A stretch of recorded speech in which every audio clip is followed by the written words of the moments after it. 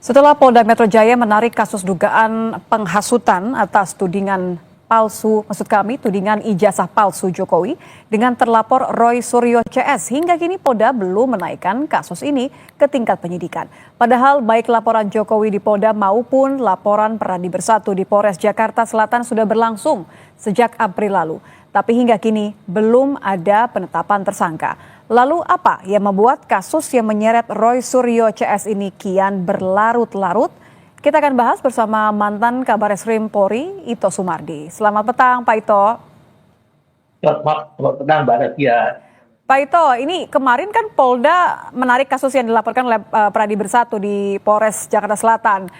Saya mau tanya nih, karena ada beberapa yang menganggap bahwa kok aneh ya gitu. Biasanya apa sih Pak yang membuat pusat sampai mengambil alih loh pemeriksaan kasus di Polres? Inilah Mbak Nadia ya, orang yang tidak paham tentang bagaimana proses yang menangani satu laporan. Terutama di sini kan Pak Rosuryo itu yang membuat lama sebetulnya dia sendiri gitu kan. Kan aneh gitu kan, misalnya ada hasil dari lapor kemudian harus diteliti kembali, mengatakan ada skep Kapolri, itu sangat bohong lah ya. Nggak mungkin Pak Kapolri memerintahkan untuk melakukan uji ulang lapor ya. Karena ini memang yang membuat mereka sendiri. Jadi gini, ini kan sekarang penanganan kasus ini di beberapa tempat. Ada di Polres Jakarta Selatan, ada di Bareskrim, ada juga di Polda Metro Jaya. Kemudian sekarang diambil alih oleh Polda Metro Jaya. Alasannya tentu ada. Pertama adalah menggabungkan laporan dan efisiensi dalam penanganan. Nah, ini ditangani di beberapa tempat. Tapi itu bukan berarti yang ditangani di Polres Jakarta Selatan ataupun di Bareskrim itu tidak menjadi bahan.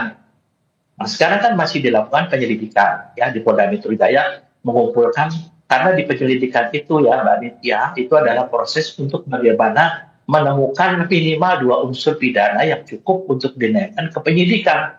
Nah, kalau unsur-unsur pidananya belum kuat, tentunya kan penyidik juga tidak akan berani untuk menaikkan ketika penyidikan. Kemudian yang kedua adalah lokus deliktinya perkara. Ya. Perkara itu, lokus delikti tempat terjadi perkara kan di wilayah Metro Jaya. Jadi tentunya di sini Polda Metro Jaya harus mengambil alih sehingga ini kasus bisa ditangani baik dari kasus pelaporan dugaan ijazah palsu maupun pelaporan pencemaran nama baik, termasuk penghasutan, termasuk menyebarkan berita bohong di media. Kemudian adanya kompleksitas dan sensitivitas kasus. Kasus ini banyak melibatkan berbagai pihak, termasuk saksi dan pelapor dari berbagai kalangan, memiliki tingkat kompleksitas dan sensitivitas yang tinggi ya, karena juga menyangkut mantan kepala negara. Tentunya kita juga harus berhati-hati. Polda Metro Jaya ini dianggap memiliki sumber daya dan kapasitas serta pengalaman yang cukup memadai untuk menangani kasus-kasus besar dan strategis seperti kasus ini. Kemudian juga ada koordinasi dengan hasil penyelidikan Bareskrim.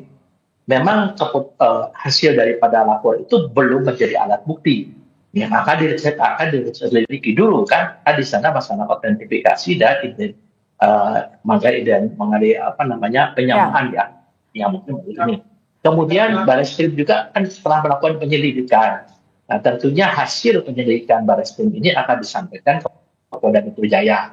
Kemudian dengan demikian untuk masalah pengambilan kasus ini oleh Polda Metro Jaya didasari kepada pertimbangan efisiensi, lokus delikti, kompleksitas kasus, serta kebutuhan akan koordinasi dengan hasil penyelidikan Bareskrim. Yang mengatakan membuat lama itu kan mereka sekarang mau bikin lagi satu cerita dikaitkan dengan masalah sertifikat dan lain sebagainya. Saya sendiri kadang-kadang nggak ngerti gitu ya Mbak ya.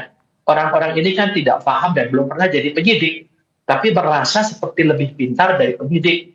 Apalagi seperti ya katakanlah dari kelompoknya Roy Suryo ini. Jadi sangat, maaf saya potong Pak Ito, jadi karena sangat kompleks dan melibatkan seseorang yang sangat tadi ya tingkat sensitivitasnya sebagai mantan presiden begitu. Kenapa terkesan seperti sulit pembuktian bahwa belum ada penetapan tersangka? Ya sekarang bagaimana menetapkan tersangka kalau prosesnya ini masih dalam penyelidikan? Jadi dalam satu proses penanganan perkara sesuai dengan Perpol Kapolri ya, itu mengatakan bahwa dalam penyelidikan itu pihak polisi harus mencari dua unsur pidana yang minimal ya, dua unsur pidana yang terkait dengan dugaan daripada kasus yang dilaporkan. Nah, jadi di sini nanti sekarang saya yakin teman-teman itu sudah memiliki calon tersangka.